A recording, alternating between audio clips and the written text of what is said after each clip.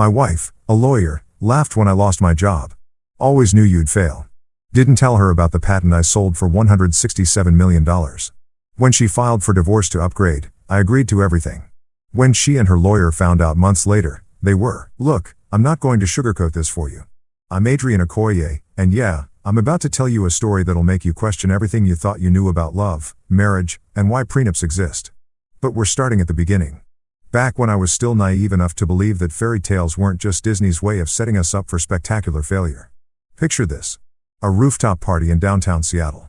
One of those pretentious affairs where everyone's holding craft beer they can't pronounce and talking about their passion projects that'll never see daylight.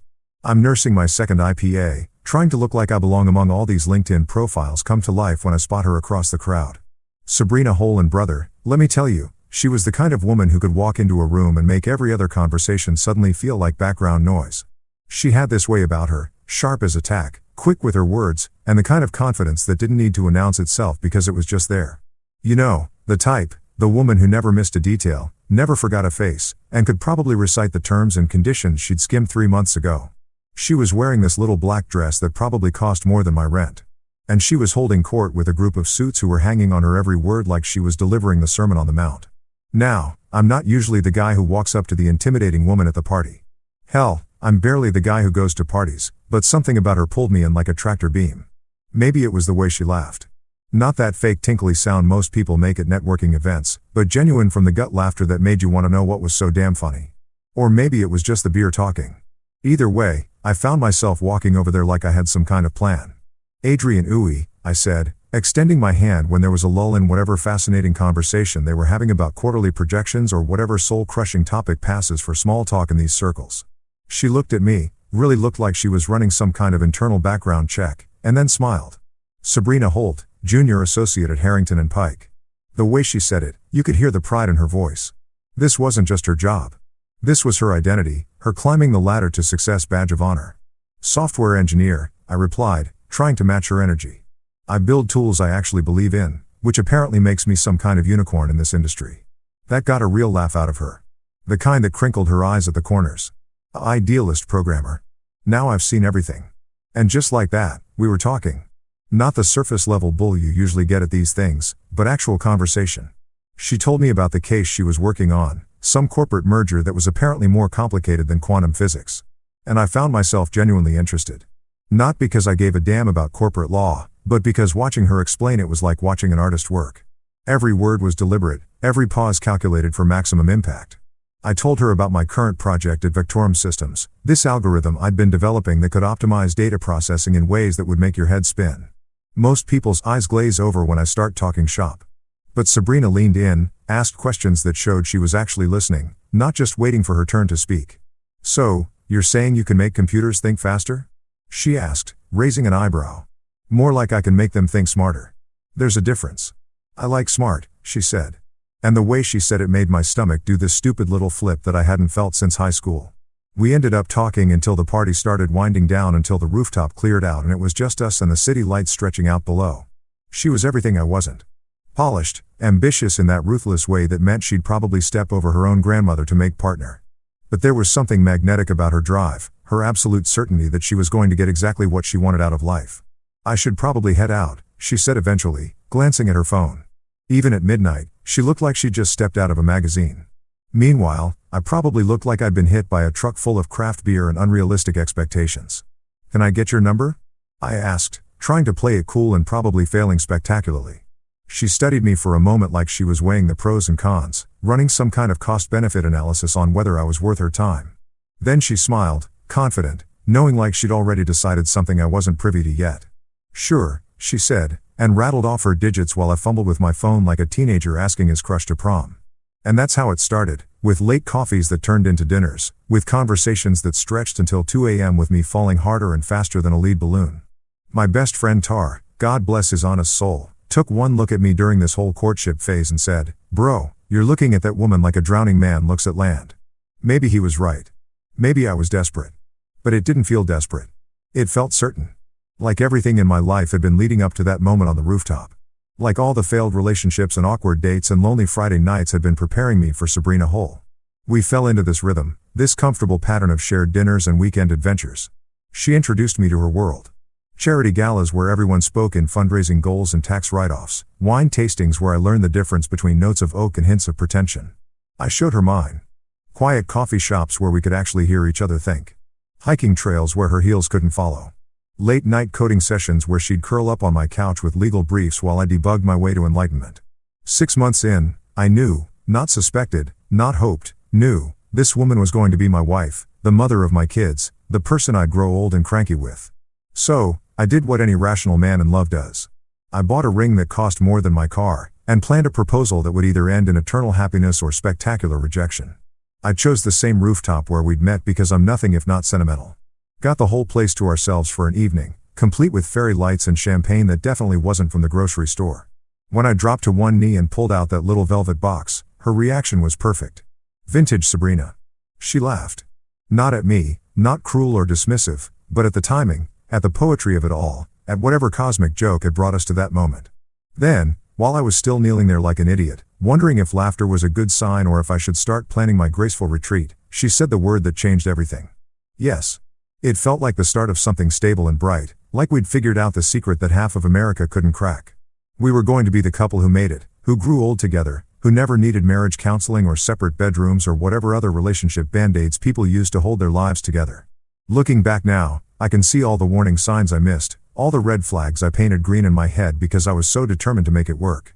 But in that moment, with Sabrina in my arms, and the city sprawling out below us like our own personal kingdom, I felt like the luckiest bastard alive. I had no idea I was actually the biggest fool in Seattle. So, here's the thing about marriage. Everyone tells you it's hard work, but nobody mentions that half the work is just pretending you've got your together for people who are probably pretending the exact same thing. Case in point, the first year of being Mr. and Mrs. Adrian Uwe when we were basically performing successful young couple like it was a full-time job. Work was good. And by good, I mean I was actually making the kind of money that didn't require me to check my bank balance before buying groceries. I'd landed this sweet gig leading a small team at Vectorum Systems where I got to play with cutting-edge tech and pretend I was changing the world one algorithm at a time. My team was a solid bunch of coding nerds who spoke my language and didn't mind when I got a little too excited about optimization protocols. We were building something real, something that mattered, and I was getting paid handsomely for the privilege. Sabrina was climbing her own ladder at Harrington and Pike, pulling in decent money, and collecting billable hours like Pokemon cards. Between the two of us, we were what financial advisors probably jerk off to. Dual income, no kids, stable careers, and the kind of credit scores that made bank managers weep with joy. So, naturally, we did what every self-respecting young professional couple does. We bought a house. Not just any house, mind you, but a tidy little townhouse in Queen and that screamed, we've made it. Without being obnoxious about it. 3 bedrooms, 2.5 baths, a kitchen with granite countertops that Sabrina insisted were investment grade, and a tiny backyard where we could pretend we might someday grill things and host barbecues like real adults. The mortgage application process was like a financial colonoscopy. But hey, when you're Adrian Uwe with a steady paycheck and a credit score that could run for political office, banks practically throw money at you. Sabrina handled most of the paperwork because, let's face it, the woman could negotiate her way out of a maximum security prison if she put her mind to it. Within 6 weeks, we had keys, a 30-year commitment to debt, and the kind of pride that comes with owning something that's technically yours until you miss a payment. Then came the car situation. Sabrina's little Honda Civic was perfectly fine for a single woman navigating city streets, but apparently it didn't fit our new image as homeowners. Her words, not mine. So, we upgraded to a second-hand SUV. Nothing fancy, just a reliable Toyota that could haul furniture and make us look like we were ready for the suburban lifestyle we were apparently auditioning for. And let me tell you about Sabrina's parents, Beatrice and Gerald Hole. The kind of people who measured success in square footage and investment portfolios. They'd been politely skeptical of me during our engagement, probably wondering if their princess was settling for some random black guy with big dreams and a decent salary. But the moment they walked through our front door and saw that mortgage was in my name, saw that our pantry was stocked like we were preparing for the apocalypse. Suddenly, I went from Sabrina's boyfriend to our future son-in-law who clearly has his priorities straight. Gerald, bless his corporate soul, even started asking my opinion on market trends and tech stocks like I was some kind of oracle. Adrian, what do you think about this cryptocurrency business? He'd ask over Sunday dinner, leaning forward like he was about to receive the secrets of the universe. I'd give him some reasonably informed response about blockchain technology, and he'd nod sagely like I just solved world hunger. Beatrice was more subtle, but no less approving. She'd compliment our furniture choices, ask about our neighborhood, make little comments about how stable everything looked. Translation, Her daughter had married well, and their retirement conversations could now include phrases like, "When we visit the kids," instead of, "If Sabrina ever settles down." Sabrina ate it up. She loved beautiful things, always had, but now she could afford them without the guilt. We started hitting up those quiet restaurants where the servers know your name and the wine list requires a sommelier degree to navigate. She'd order things I couldn't pronounce while I stuck to whatever looked familiar and didn't cost more than my car payment. She developed this thing for small designer pieces, not the flashy, logo-heavy stuff that screams, "I'm trying too hard." But the subtle, expensive kind that whispers, "I have taste." And a bank account to prove it. A handbag here, a pair of shoes there, maybe a watch that cost more than most people's rent. Nothing crazy, nothing that would break us, but enough to make her feel like she was living the life she'd always imagined. And the trips. Jesus Christ. The trips. Sabrina loved going places where nobody knew us, where we could be mysterious and sophisticated instead of just Adrian and Sabrina from Seattle, who argued about whose turn it was to take out the garbage. Weekend getaways to Portland, longer vacations to places I had to Google to spell correctly. She'd research these boutique hotels and hidden restaurants like she was planning military operations, and I'd go along because seeing her happy made me feel like I was winning at life. Our social circle started expanding, too, which was both a blessing and a curse. Monica, Sabrina's closest friend from law school, was basically attached to Sabrina's hip whenever they weren't working. Monica was one of those women who looked like she'd stepped out of a lifestyle magazine. Always perfectly put together, always ready with an opinion about wine or interior design or whatever topic was supposed to matter to people like us. Then there was Victor from my team, who became our go-to guy for double dates and group dinners. Victor was cool, the kind of programmer who could talk code with me for hours, but also hold his own in conversations about anything else. He got the technical stuff, understood why I'd get excited about some new development framework. But he could also charm Sabrina and Monica with stories about his latest hiking adventures or his attempts to learn French cooking. And of course, there was Aunt Ngoy, my father's sister, who'd basically raised me after my parents died in that car accident when I was 15. She was our spiritual advisor, our conscience, our reminder that success meant more than just accumulating stuff. Aunt Ngoy would come over for Sunday dinners, bless our food, pray for our marriage, and occasionally drop truth bombs that made everyone else at the table suddenly very interested in their plates. "Money is good," she'd say in that no-nonsense way of hers. "But don't let it become your God." I've seen too many couples worship their bank accounts and forget to worship each other. Sabrina would nod politely, but I could see her filing away Ngo's comments in the sweet but outdated advice category. To Sabrina, money wasn't God. It was freedom. Freedom to live the life she wanted. To be the person she'd always known she could be. To prove to everyone who'd ever doubted her that she could have it all. On the outside, we looked like the couple who had read the manual and followed it perfectly. Nice house, nice car, nice clothes, nice friends, nice vacations. We were checking all the boxes, hitting all the milestones, living the American dream with a capital A and a capital D. We were the Instagram-worthy couple, the ones other people looked at and thought, "Why can't my relationship be like that?" We had dinner parties where everyone laughed at the right moments and complimented our wine choices. We had game nights that ended with everyone saying we should definitely do this more often. We had that comfortable, settled vibe that made people assume we'd figured out something they were still working on. And you know what? For a while there, I believed it, too. I thought we'd crack the code, solve the puzzle, found the formula that would keep us happy and successful forever. I looked at our life, our beautiful, carefully curated, perfectly managed life. And I felt like the luckiest bastard in the Pacific Northwest. I had no idea we were building a house of cards in a hurricane zone. You know that moment when you're cruising along in life, thinking you've got everything figured out, and then reality decides to sucker punch you in the gut just to remind you who's really in charge? Yeah. Well, welcome to my third year of marriage when the universe decided to teach me a master class. And things can always get worse.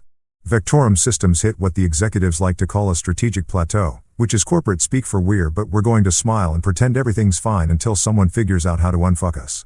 The company had been riding high on some earlier successes, but the market shifted, competitors caught up, and suddenly we were that tech company everyone whispers about at industry conferences. The one that had promise but couldn't quite figure out how to turn innovation into sustainable profit. The first sign was the bonus freeze, not cancelled, mind you, frozen. Temporarily suspended pending market conditions and Q4 performance metrics. According to the email that landed in my inbox on a Tuesday morning, like a digital turd in my coffee, I read it 3 times, hoping the words would rearrange themselves into something that didn't mean sorry. That extra money you were counting on. Yeah, not happening. Then came the meetings. Oh, sweet Jesus. The meetings. Conference rooms full of people in expensive suits talking about pivoting strategies and optimizing operational efficiency while everyone else tried to figure out if they should update their LinkedIn profiles or just stick it out and hope for the best. The mood in the office went from cautiously optimistic to funeral home quiet in about 2 weeks. But here's where it gets interesting. And by interesting, I mean life-changingly, divorce-causingly bank account alteringly interesting. During one of those soul-crushing strategy sessions, our fearless leadership dropped a little bombshell that would later turn out to be the best worst thing that ever happened to me. If the company gets acquired, announced our CEO, a guy who looked like he'd stepped out of a Harvard Business School recruitment poster. Any employee patents that were personally filed can be sold independently by the patent holder. These assets are not considered company intellectual property and will not be part of any acquisition deal. Now, most people in that room probably heard that sentence and thought, great, another legal complication to worry about. But me, that sentence hit my brain like a lightning bolt hitting a Tesla coil. Because sitting in my desk drawer, filed properly and maintained meticulously, was a patent for an algorithm that could optimize data processing in ways that would make Google engineers weep tears of pure joy. See, I'm not just some code monkey who shows up, writes functions, and goes home.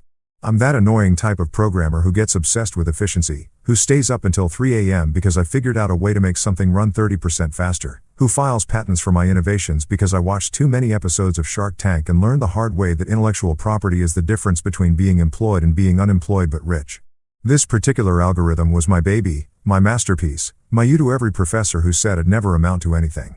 It was lean, elegant, and useful in the way that made enterprise software actually work instead of just existing to torture IT departments.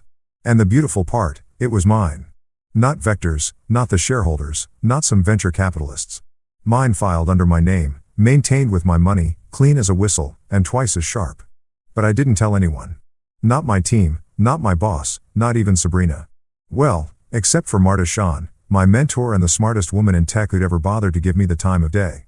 Marta was one of those rare Silicon Valley veterans who'd survived 3 boom-bust cycles and still had her soul intact.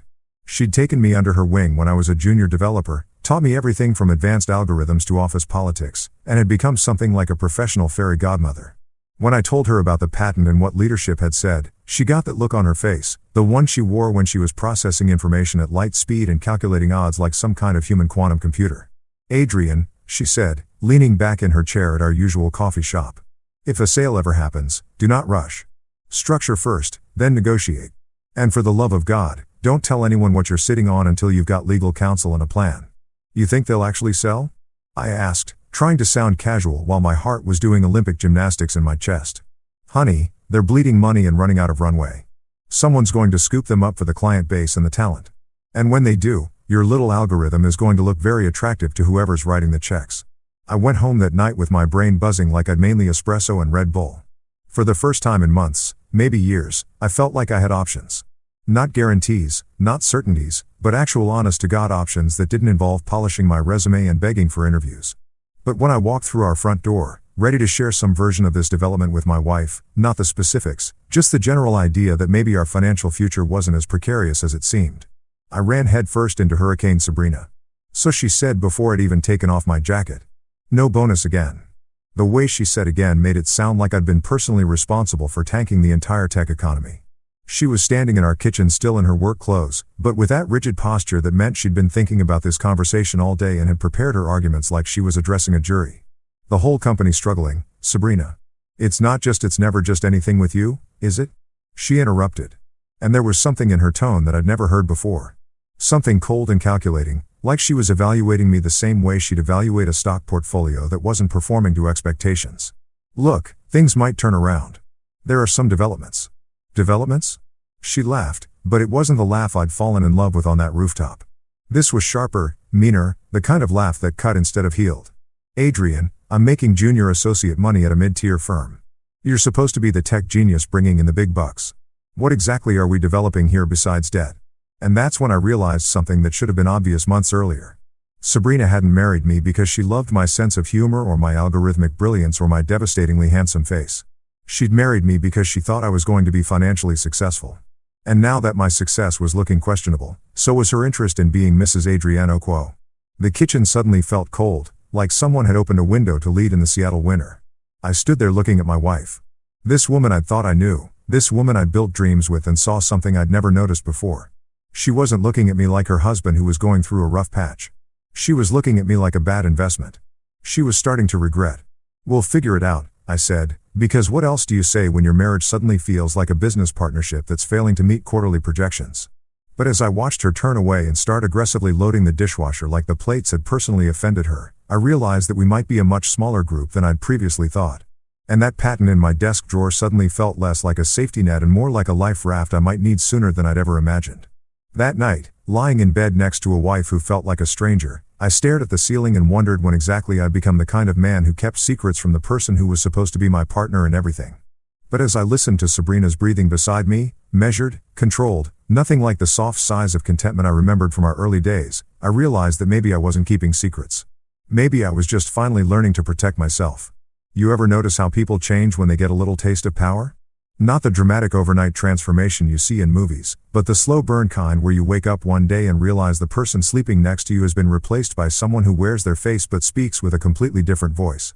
Welcome to year 4 of my marriage, when Sabrina Okoye decided to show me exactly who she'd been planning to become all along. The promotion came through in March.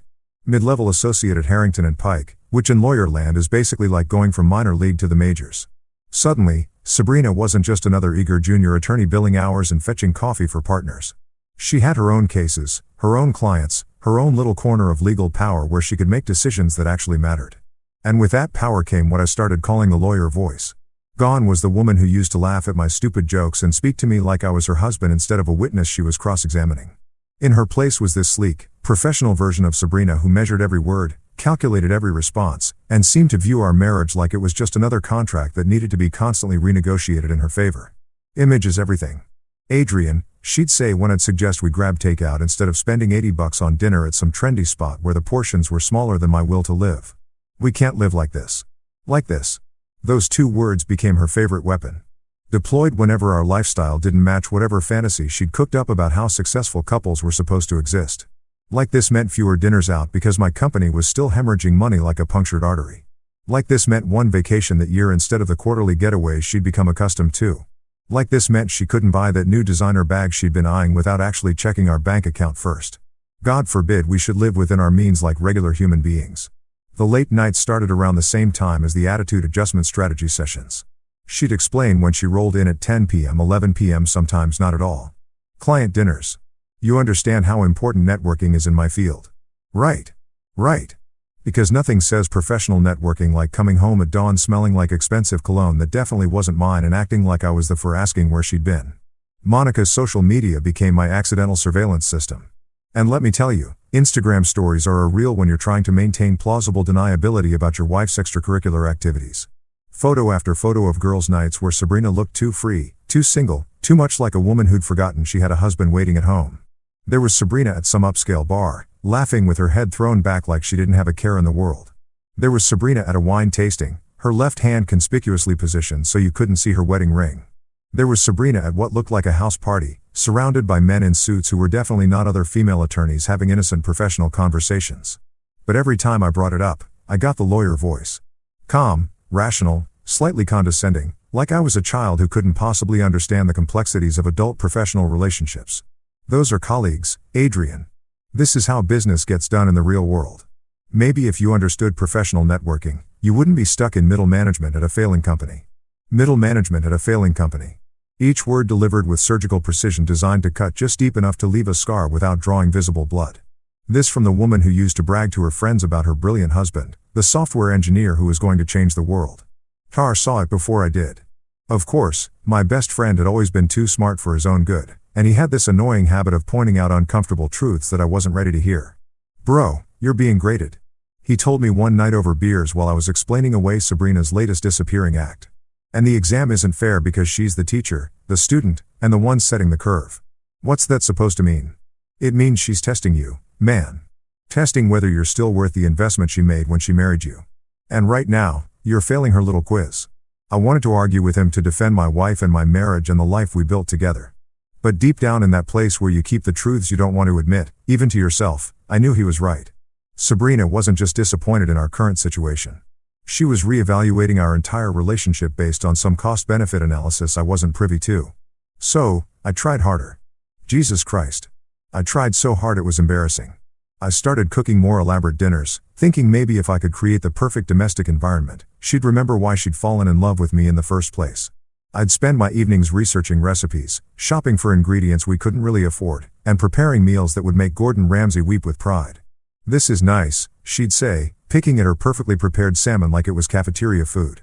"But we really should be going out more. People notice when you disappear from the social scene." I started listening more, or at least trying to. When she'd come home from work, I'd put down whatever I was doing and give her my full attention, asking about her cases, her colleagues, her day. But instead of bringing us closer, it just gave her more opportunities to remind me how much more important her job was than mine. "You wouldn't understand the complexity of corporate litigation," she'd say when I try to offer advice or even just show interest. "It's not like debugging code. There are real stakes here. Real consequences. Real stakes. Real consequences." As if my work was just some elaborate video game, and hers was the only job that mattered in the adult world. The silence grew between us like some kind of toxic mold, feeding on disappointment and resentment until it filled every room in our carefully curated house. We'd sit at our granite countertop breakfast bar, the same one she'd insisted was investment grade, eating our meals without speaking, two strangers who happened to share a mortgage and a last name. I'd try to start conversations about our future, our plans, our dreams, anything to reconnect with the woman I'd married, but every topic seemed to lead back to money, or rather my lack of it, my stalled career, my failed bonuses, my inability to provide the lifestyle she'd apparently been promised when she'd said yes to my proposal on that rooftop a lifetime ago. The worst part wasn't the criticism or the distance or even the obvious signs that she was checking out of our marriage. One networking event at a time. The worst part was how I started believing her. Started thinking that maybe I really was failing as a husband, as a provider, as a man. That maybe her disappointment was justified and her pulling away was just the natural consequence of my own inadequacy. But late at night, when she'd finally come home and slip into bed beside me like a ghost, I'd lie there staring at the ceiling and thinking about that patent sitting in my desk drawer. That beautiful, elegant, potentially life-changing algorithm that represented everything I was good at, everything I'd worked for, everything she couldn't see because she was too busy cataloging my failures. And I'd wonder if maybe, just maybe, the problem wasn't that I was failing her tests. Maybe the problem was that I'd never agreed to take them in the first place. You know that scene in horror movies where everything goes quiet right before the monster jumps out? That moment when the music stops, the wind dies down, and you know something terrible is about to happen, but you can't do anything except sit there and wait for it. Yeah. Well, my life became that scene the day Vectorum Systems finally got swallowed by the corporate machine. And I had to tell my wife that her worst nightmare had officially come true. The acquisition happened fast, the way these things always do in tech. One day, we're getting pep talks about weathering the storm and emerging stronger. And the next day, there's a press release announcing that Megit Tech Solutions had acquired us for our talented workforce and established client relationships. Translation: they wanted our customer list and maybe 3 of our developers, and the rest of us could go ourselves with a rusty USB cable. The new owners brought their own people, their own systems, their own ideas about how things should run. And surprise, surprise, those ideas didn't include keeping around a mid-level team leader who'd been making decent money to develop algorithms that might compete with their existing products.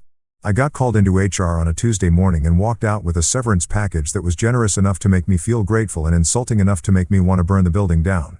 But here's the thing about severance packages.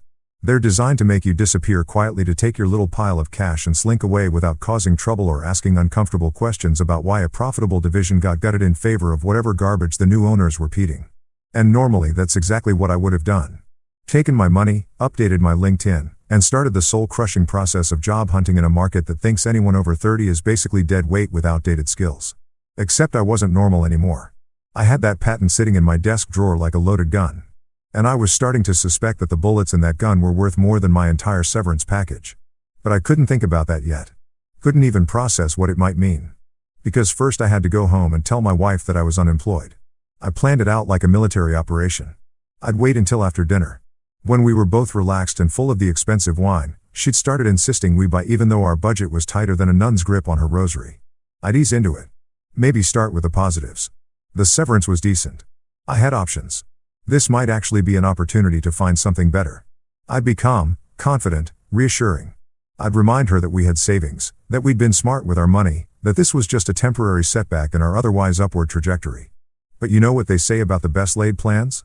They usually get sideways by reality before you even get to the good part.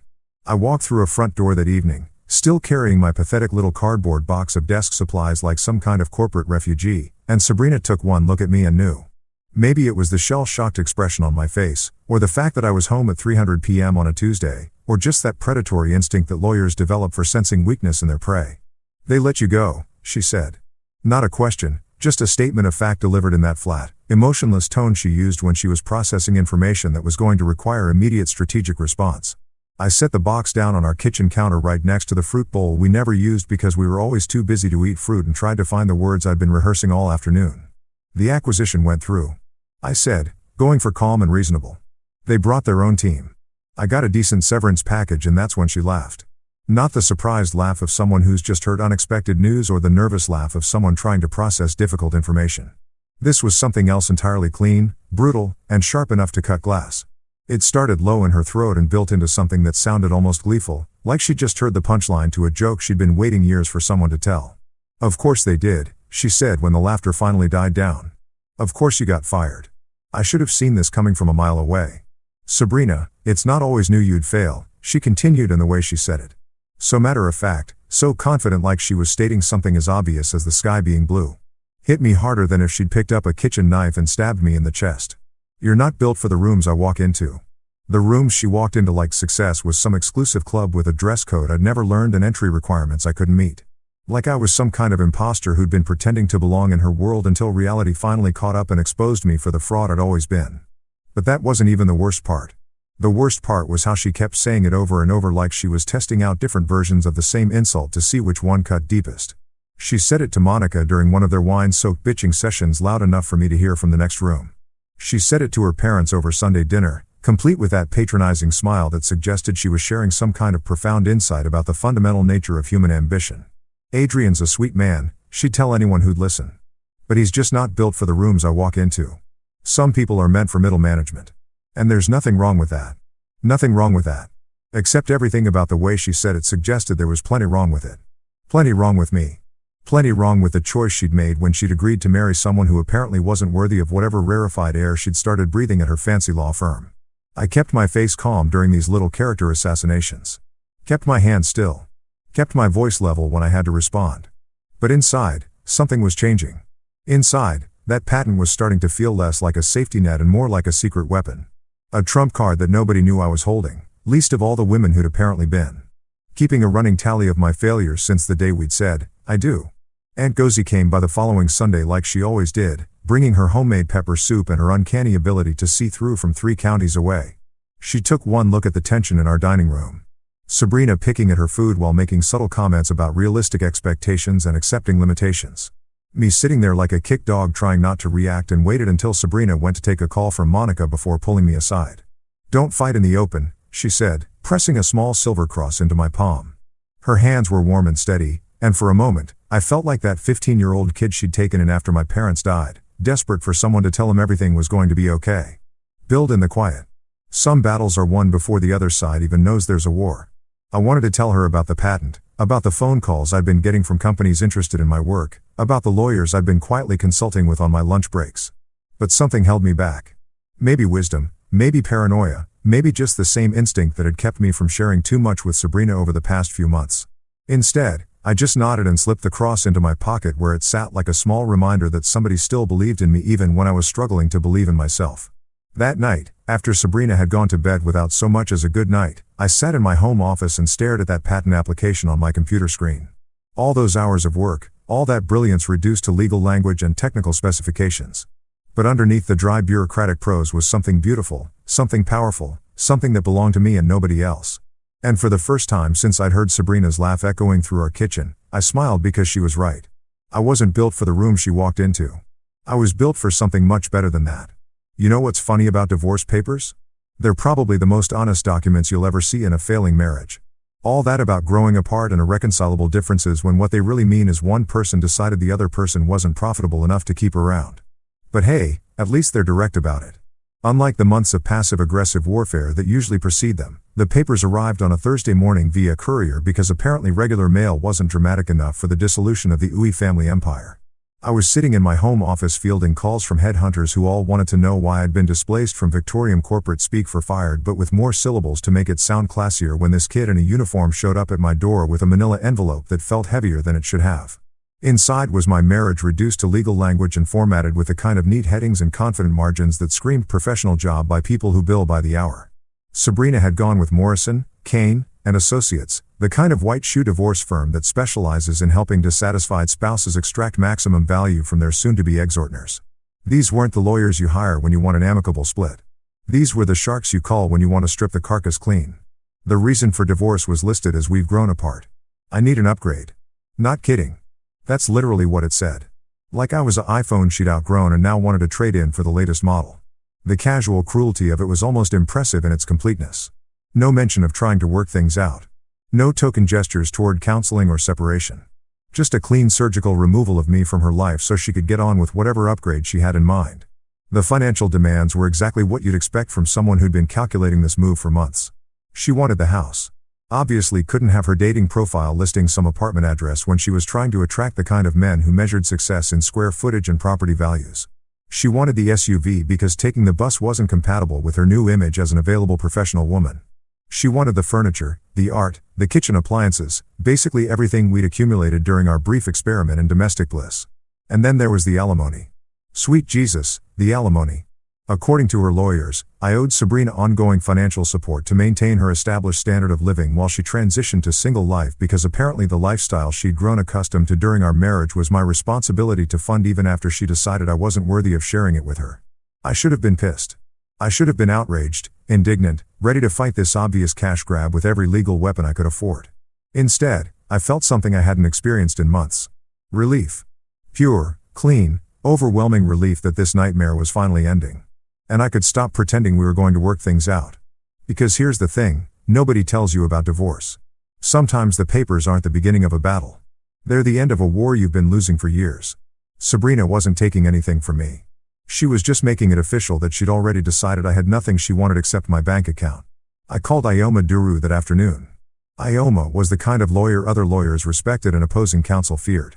A Nigerian woman who'd clawed her way to the top of Seattle's legal hierarchy by being smarter, more prepared, and more ruthless than everyone else in the room. She'd handled my parents' estate when I was too young and traumatized to deal with the legal complexities of sudden orphanhood. And she'd been my go-to for every major legal decision since then. "Adrian," she said when I explained the situation, "they're trying to steamroll you because they think you're desperate and broke." "Are you desperate and broke?" "Depends on your definition of broke," I said, which wasn't entirely a lie. My checking account was looking pretty anemic, and my prospects for immediate employment weren't exactly inspiring confidence. "Then we negotiate from a position of strength you don't actually have," she said with the kind of cold pragmatism that made her worth every penny of her ridiculous hourly rate. "They want speed and certainty. We give them both but on terms that protect your future." The strategy was brilliant in its simplicity. Instead of fighting the financial demands, which would have dragged things out for months and cost more in legal fees than the assets were worth, we give Sabrina everything she wanted, but structure it in a way that protected me from any future claims if my circumstances changed. "Here's what we're going to do," Finoma explained during our marathon strategy session. "We calculate the total alimony upfront and pay it as a lump sum from your severance. Clean, simple, done. No monthly payments, no ongoing obligations, no court dates to modify support if either of your situations change. And if she says no, she won't because her lawyers are going to tell her that a bird in the hand is worth two in the bush, especially when the bird in the bush might get eaten by a cat named unemployment." But the real masterstroke was the second part of our offer. A mutual clause that would forever prevent either of us from making additional financial claims against the other. No matter what happened in the future, lottery wins, inheritance, career breakthroughs, whatever, we'd be legally barred from coming back for more money. "This is overprotective," Emo warned me. "If you win the lottery next week, she can't touch it. But if she becomes a millionaire partner at her firm, you can't touch that either. You sure you want this level of finality?" I thought about Sabrina's laugh, about the rooms I supposedly wasn't built for, about the months of quiet contempt and not so subtle suggestions that I was dragging her down. I thought about that patent sitting in my desk drawer and the phone calls I'd been getting from companies that understood its value better than my wife ever had. "Yeah," I said, "I wanted bulletproof." The negotiation was surprisingly brief. Kane Whitlow, Sabrina's lead attorney, was exactly what you'd expect from a guy who specialized in high net worth divorce cases. Expensive suit, perfect teeth, and the kind of confident handshake that said he'd been extracting money from disappointed spouses since before I learned to tie my shoes. He reviewed our offer with the kind of theatrical frowning that probably looked impressive to clients who were paying him $500 an hour to frown professionally. "This clause is overprotective," he said, echoing Ioma's warning, but with more condescension. "Your client may regret waiving all future claims." What if his circumstances improved dramatically? I almost laughed. What if my circumstances improved? "Brother, If only you knew what was sitting in my filing cabinet, just waiting for the right moment to completely rewrite the definition of improved circumstances. But Sabrina was already reaching for the pen before he'd finished his objection. She wanted out, wanted it fast, wanted to post her victory on social media, and start shopping for whatever upgrade she'd been eyeing.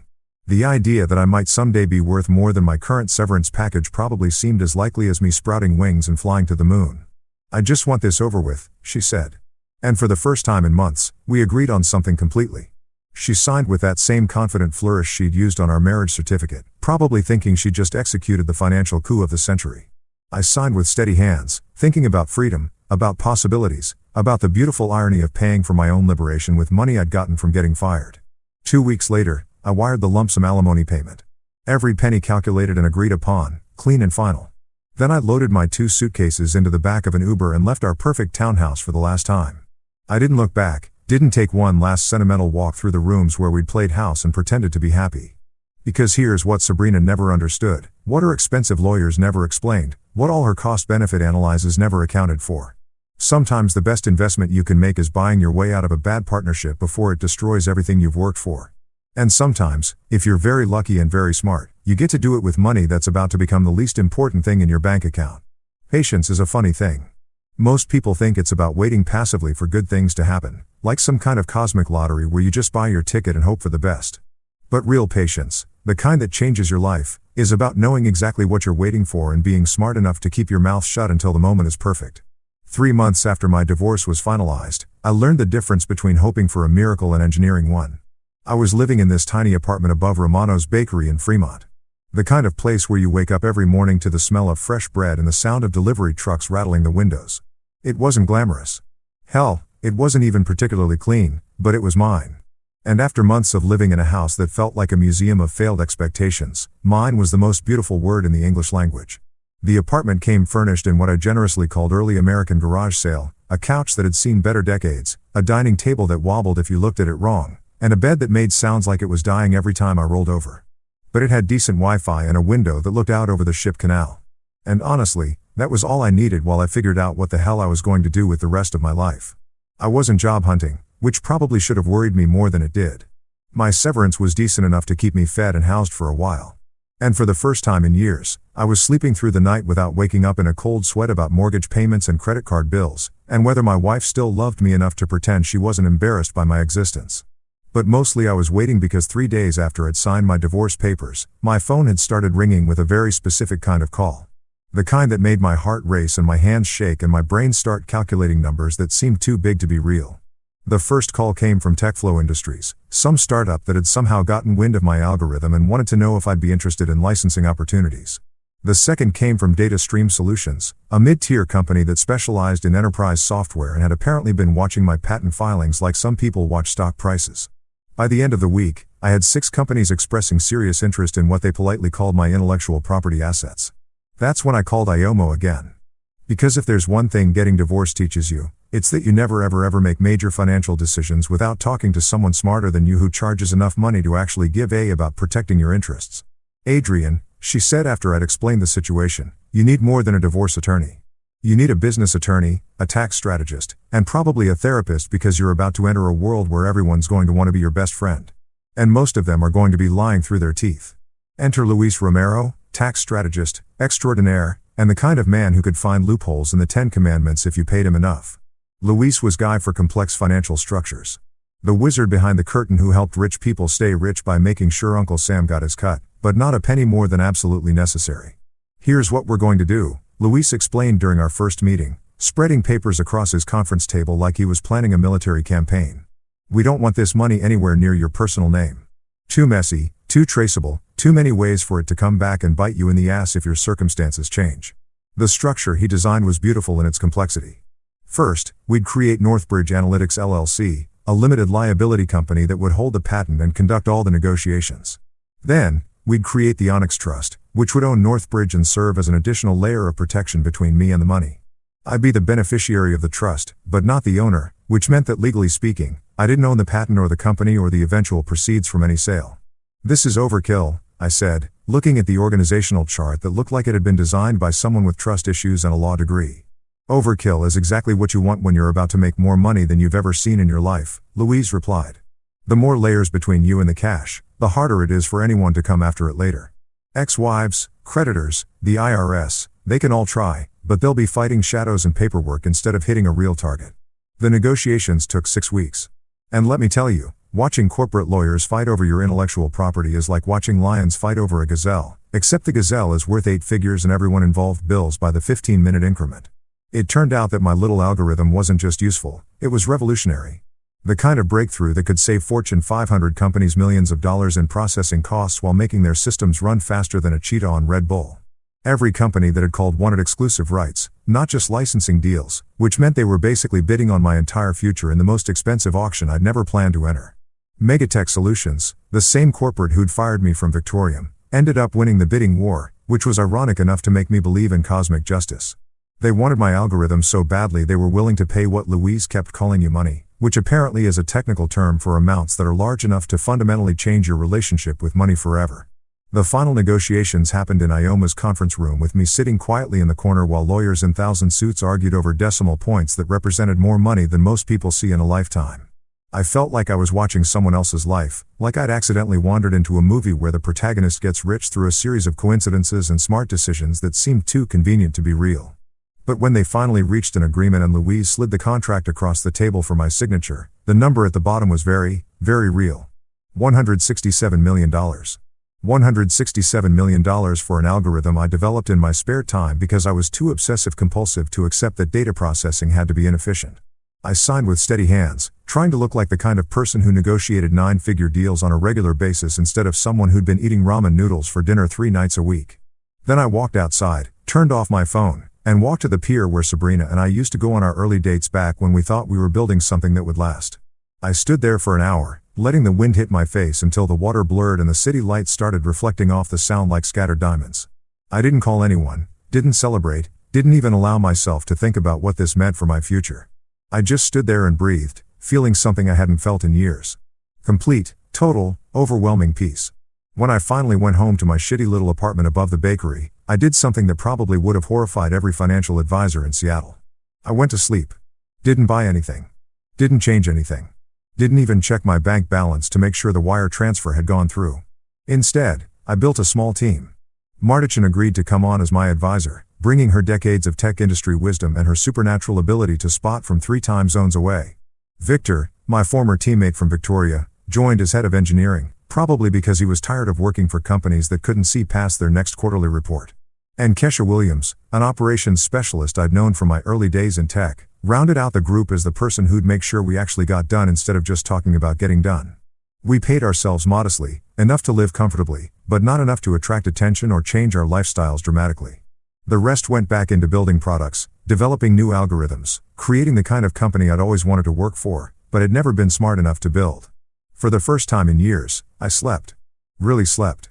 Not the exhausted collapse of someone who'd been running on stress and caffeine, but the deep restful sleep of someone who finally understood that they were exactly where they were supposed to be. And the beautiful part, nobody knew. Not my former colleagues, not my neighbors, not even Ann. I was just Adrian Okoye, recently divorced software engineer who lived above a bakery and seemed to be handling his post-marriage life with unusual calm. The money sat in accounts I'd never touch, protected by legal structures designed by people smarter than me, generating returns that would fund whatever came next. And for the first time since I'd met Sabrina Holt on that rooftop a lifetime ago, I felt like the luckiest bastard alive. You know what they say about secrets in the digital age? They're like radioactive material with a half-life measured in Instagram stories and LinkedIn updates. Doesn't matter how careful you are, how many layers of legal protection you build, how quietly you try to live your new life, eventually someone's going to notice that the guy who used to clip coupons is suddenly acting like money isn't a concern. And when that someone has connections and a law degree and a pathological need to be right about everything, well, that's when your peaceful little existence gets blown to smithereens. The leak started, as these things usually do, with someone who should have minded their own damn business. Monica Patterson, Sabrina's ride or die from law school, the woman who'd been posting those girls' night photos that documented my wife's gradual transformation from married woman to single and ready to mingle. Monica had always been one of those people who collected gossip like vintage wine. She didn't necessarily drink it right away, but she kept it stored somewhere safe until the perfect moment to uncork it and watch the chaos unfold. Apparently, Monica had been doing some light social media stalking because that's what unemployed lawyers do with their time. When she noticed some interesting patterns in my post-divorce behavior, like the fact that I'd been spotted at Romano's bakery every morning, looking suspiciously relaxed for someone who should have been pounding the pavement looking for work, or the fact that my LinkedIn profile hadn't been updated in months, which in tech world is basically equivalent to announcing that you've given up on life entirely. But the real red flag was probably when Victor posted a photo of our small team meeting at some coffee shop in Capitol Hill with me looking way too comfortable for someone whose alimony payments should have left him eating ramen for the foreseeable future. Nothing obvious, nothing that would make normal people suspicious. But Monica wasn't normal people. Monica was a lawyer with time on her hands and a best friend who'd been bragging about how thoroughly she'd cleaned out her loser ex-husband. The first shot across the bow came in the form of an Instagram story that was so passive-aggressive it could have been used as evidence in a graduate course on social manipulation. A photo of some expensive cocktail with the caption "Celebrating with friends who know the value of honesty, nail polish sparkles." Some people pretend to be broke, but karma has a way of exposing the truth. #authenticity #real talk #bless subtle as a brick through a window but effective. Within hours I started getting texts from mutual friends, casual little messages asking how I was doing, whether I'd found work yet, if I needed anything, the kind of concerned outreach that happens when rumors start circulating and people want to position themselves on the right side of whatever drama is about to explode. I ignored them all, kept my head down, went about my business, pretended like I didn't notice the way conversations stopped when I walked into rooms or the looks people gave me when they thought I wasn't paying attention. Because here's the thing about rumors. They only have power if you feed them. Deny them too strongly and you look guilty. Acknowledge them at all and you're basically confirming that there's something to be suspicious about. But Sabrina wasn't content to let sleeping dogs lie. After 2 weeks of social media silence, which for her was basically equivalent to a monk's vow of digital celibacy, she reappeared with what I can only describe as sharpened resolve. Gone were the triumphant post-divorce selfies and inspirational quotes about new beginnings. In their place was something harder, more focused, like she'd been using her offline time to do research and plan strategy. The courier showed up on a Tuesday morning just like last time. But this package felt different. Heavier, more official, more expensive, if such a thing was possible. Inside was a motion to reopen financials that was so thick it could have been used as a weapon, accompanied by allegations that read like they'd been written by someone who'd spent considerable time and money investigating every aspect of my post-divorce life. The basic theory was elegant in its simplicity. I had hidden assets during our divorce proceedings, concealed income that should have been included in our settlement, and generally committed fraud on a scale that would make Bernie Madoff proud. According to Sabrina's new legal team, because apparently Morrison, Kane, and associates weren't cutthroat enough for this particular blood sport. I had engaged in a systematic campaign to defraud my ex-wife of her rightful share of marital assets. Defendant concealed material financial information. Read one particularly delicious paragraph, including but not limited to intellectual property assets, pending business negotiations, and anticipated income from the sale of proprietary technology. Plaintiff was fraudulently induced to accept a settlement that grossly undervalued the marital estate. The beauty of it was that they weren't entirely wrong. I had been negotiating with companies about my patent. I had known that my financial situation was likely to improve dramatically. I had signed the divorce agreement while sitting on information that would have changed everything if Sabrina had known about it. The ugly part was that none of that mattered legally speaking because of a little thing called timing and an even littler thing called that beautiful bulletproof overprotective clause that Kane Whitlow had warned might be too restrictive. But Sabrina's angle was clean and simple. I'd hidden the payout during our divorce, which made our settlement fraudulent, which meant she deserved her fair share of what should have been marital property all along. It was the kind of argument that sounded reasonable if you didn't look too closely at the dates, the documentation, or the legal language that she'd been so eager to sign just a few months earlier. What she didn't know, what her expensive new lawyers apparently hadn't bothered to investigate thoroughly before filing their motion, was that every single aspect of my defense was documented, time-stamped, and legally bulletproof. The sale had happened months after our divorce decree was finalized, not before. The patent was filed in my name alone, years before our marriage started falling apart, maintained with my own money and my own labor. And most beautifully, most ironically, most perfectly, all proceeds from the sale had gone directly to Northbridge Analytics LLC, which was owned by the Onyx Trust, which meant that technically, legally, provably, I had never personally received a single penny from the transaction that had made me rich. But the real kicker, the cherry on top of this legal sundae, was that clause she'd signed without reading carefully.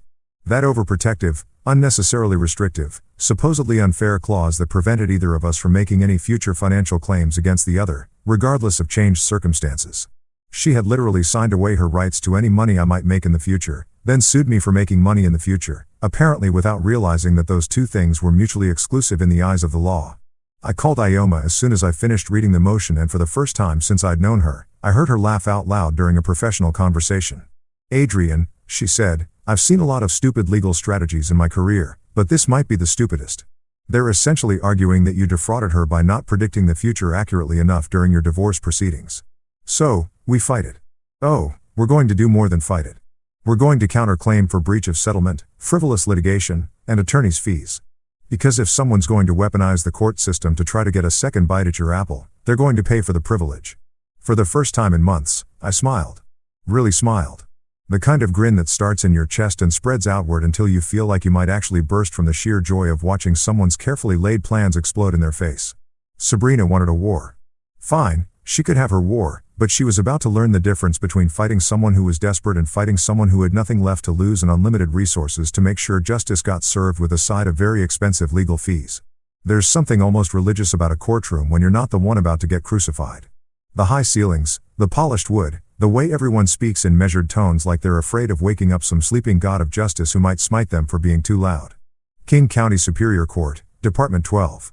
The Honorable Maris Morales presiding, was about to become the stage where my ex-wife's carefully constructed delusion would meet the cold, hard reality of contract law and proper documentation. I've been in courtrooms before.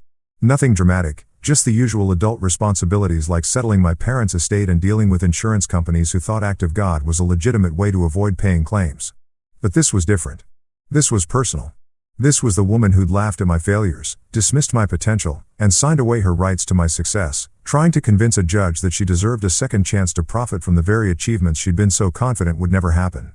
Justice Morales looked exactly like what you'd want in a judge, mid-50s, graying hair pulled back in a no-nonsense bun, and the kind of sharp eyes that suggested she'd seen every variety of the legal system had to offer and wasn't impressed by any of it. She'd been on the bench for 12 years, according to the research I'd done, with a reputation for cutting through legal theatrics and focusing on what the law actually said rather than what lawyers wished it said. Sabrina sat at the plaintiff's table looking like she'd stepped out of a corporate headshot session. Perfect posture, conservative suit, hairstyled in that trustworthy professional woman look that probably cost more than my monthly grocery budget. She'd lost weight since our divorce. I noticed, and there was something harder about her face, more angular, like success had sharpened her features along with her ambitions. Kane Whitlow had apparently been replaced by someone even more expensive. Marcus Chun, no relation to my martyr, a partner at Blackstone and Associates, who specialized in high net worth divorce cases and had the kind of reputation that made opposing counsel update their malpractice insurance. Chun looked like he'd been carved out of granite and dressed by someone who understood that intimidation was just another billable service. Your Honor, Shen began, and his voice had that courtroom quality that made every word sound like it was being engraved in marble. My client was the victim of a systematic campaign of financial deception. The defendant concealed assets, misrepresented his financial prospects, and fraudulently induced Mrs. Holt to accept a settlement that grossly undervalued the marital estate. He was good. I'll give him that. The way he laid out their case made it sound almost reasonable. Poor Sabrina, deceived by her scheming husband, who'd hidden his true worth and tricked her into accepting pennies when she deserved dollars. He talked about equitable interests and material misrepresentations and the duty of full financial disclosure like he was reciting scripture. The timeline he presented was masterful in its selective editing. Yes, I had been negotiating with companies about my patent. Yes, I had known my financial situation was likely to improve. Yes, I had failed to disclose these negotiations during our divorce proceedings. When you put it like that without context or legal nuance, it sounded like fraud. Hell, it almost convinced me and I was the guy who'd lived through the actual events. The defendant, Chun continued, warming to his theme, signed a divorce agreement while sitting on a patent worth over $160 million. This was not some unexpected windfall or lucky lottery ticket. This was a calculated business transaction that he deliberately concealed from his wife and her counsel. Sabrina nodded along like she was hearing these facts for the first time, playing the role of the wronged woman with Oscar-worthy conviction. She'd probably practiced that expression in the mirror, that perfect blend of hurt and indignation that made you want to write her a check just to make the pain go away. But then it was turn, and watching her work was like watching a surgeon operate with a scalpel made of pure legal precision. Your Honor, she said, rising from her chair with the kind of calm confidence that comes from knowing you're holding all the aces. The plaintiff's motion is based on a fundamental misunderstanding of both the timeline of events and the legal obligations of the parties during divorce proceedings. She didn't theatrical or loud or dramatic. She just laid out the facts one by one like she was building a house that nobody could tear down. First, the timeline. The patent sale had occurred 3 months after the divorce decree was finalized. Not 3 days, not 3 weeks, 3 months. Long enough for Sabrina to change her relationship status on Facebook, start dating again, and post approximately 47 Instagram stories about her fabulous new single life. Second, The ownership structure. The patent had been filed in my name alone years before our marriage started showing cracks, maintained with my own money, developed using my own time and expertise. It was as much marital property as the thoughts in my head or the dreams I had at night. Third, the financial structure. All proceeds from the sale had gone to Northbridge Analytics LLC, owned by the Onyx Trust. I had never personally received a single dollar from the transaction. Technically, legally, provably, I was no richer today than I had been on the day we'd signed our divorce papers. But the beautiful part, the piece to resistance, the moment when you could actually see the air go out of Chin's carefully constructed case was when pulled out the settlement agreement and read aloud from paragraph 14 subsection C. Both parties agreed that this settlement represents a full and final resolution of all financial claims between them.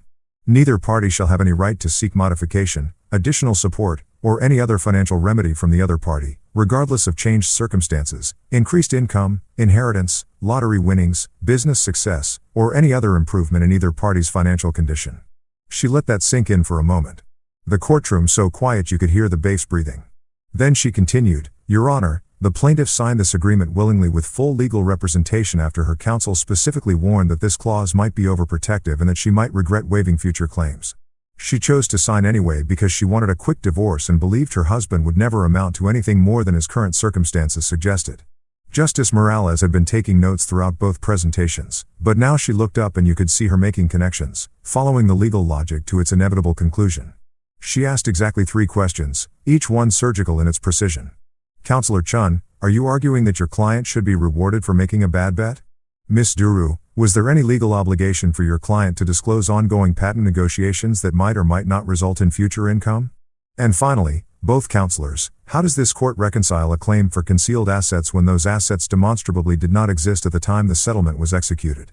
Chun tried to recover, talking about equitable interests and the spirit of full disclosure and public policy concerns about rewarding deception, but you could see him flailing, trying to find some legal foothold that didn't exist because his client had already signed away her standing to make these arguments. Justice Morales didn't even recess to consider her decision.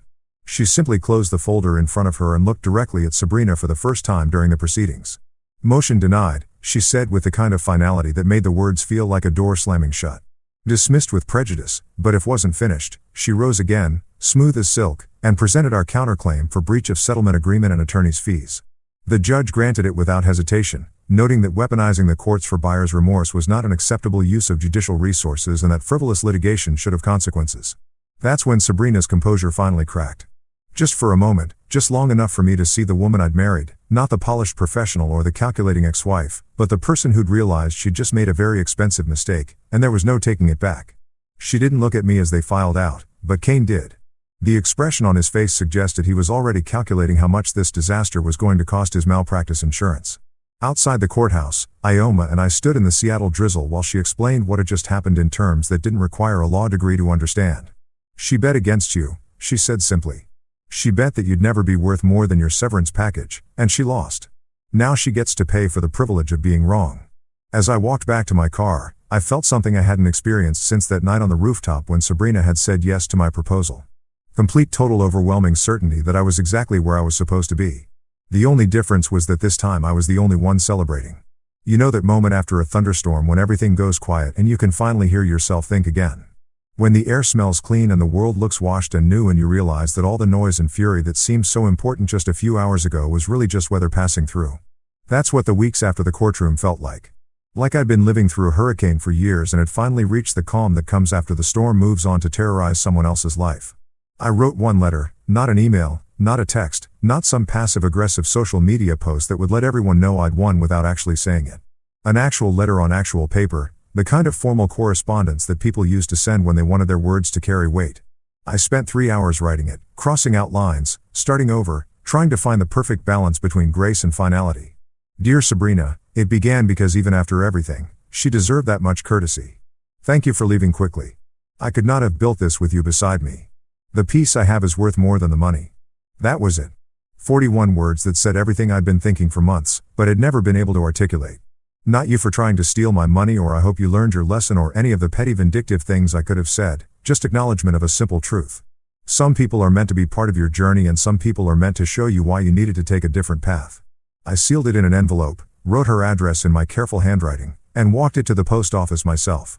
No return address, no request for a response, no expectation that she'd understand or appreciate the sentiment, just a clean ending to a chapter that had gone on way too long. The call started 3 days later. The first one came while I was having coffee at Romano's, sitting at my usual table by the window, where I could watch the morning commuters rushing past like they were running from something that was chasing all of them. My phone buzzed, and Sabrina's name appeared on the screen like a ghost from a life I'd already buried. I let it ring, watched it go to voicemail, went back to my coffee and my newspaper like nothing had happened. The second call came that evening while I was cooking dinner. Nothing fancy, just pasta and sauce and the kind of quiet satisfaction that comes from feeding yourself food you actually want to eat instead of whatever someone else thinks you should be grateful for.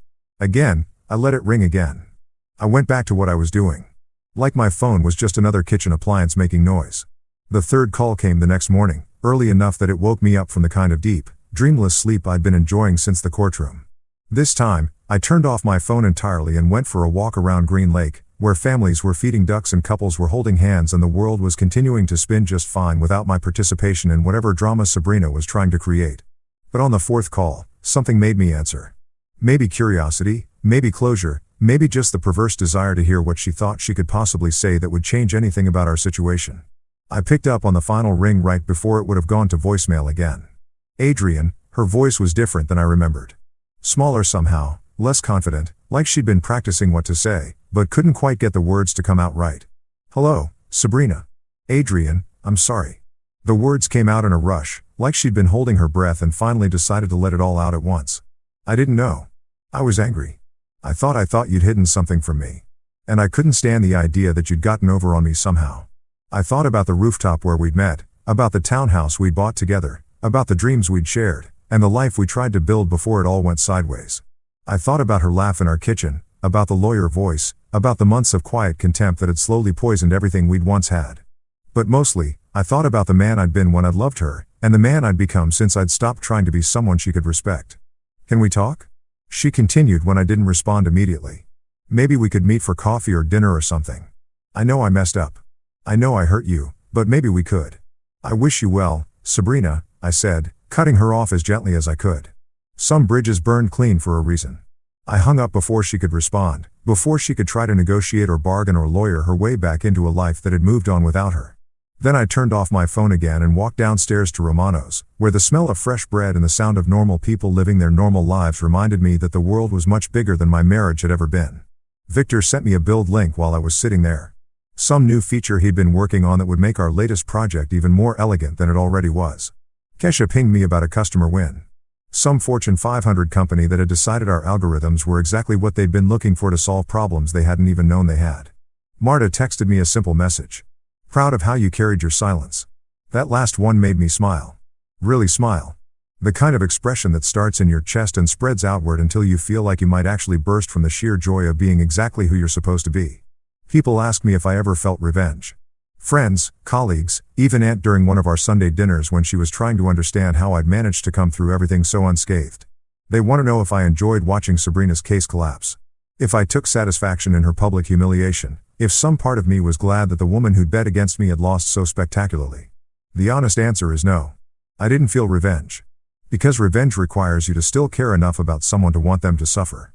What I felt was relief. Pure, clean, overwhelming relief that the chapter was finally closed and I could get on with writing the rest of my story without worrying about someone trying to edit it from the margins. The patent paid me more money than I'd ever imagined having. The clause protected me from anyone who thought they deserved a piece of what I'd built. The trust structure kept it all safe from future complications or unforeseeable circumstances. But none of that was the real victory. The real victory was the laugh. That clean, brutal laugh that had taught me the most important rule I now live by. Build in private, sign in ink, love with care, and never explain your blessings to someone who enjoys your fear.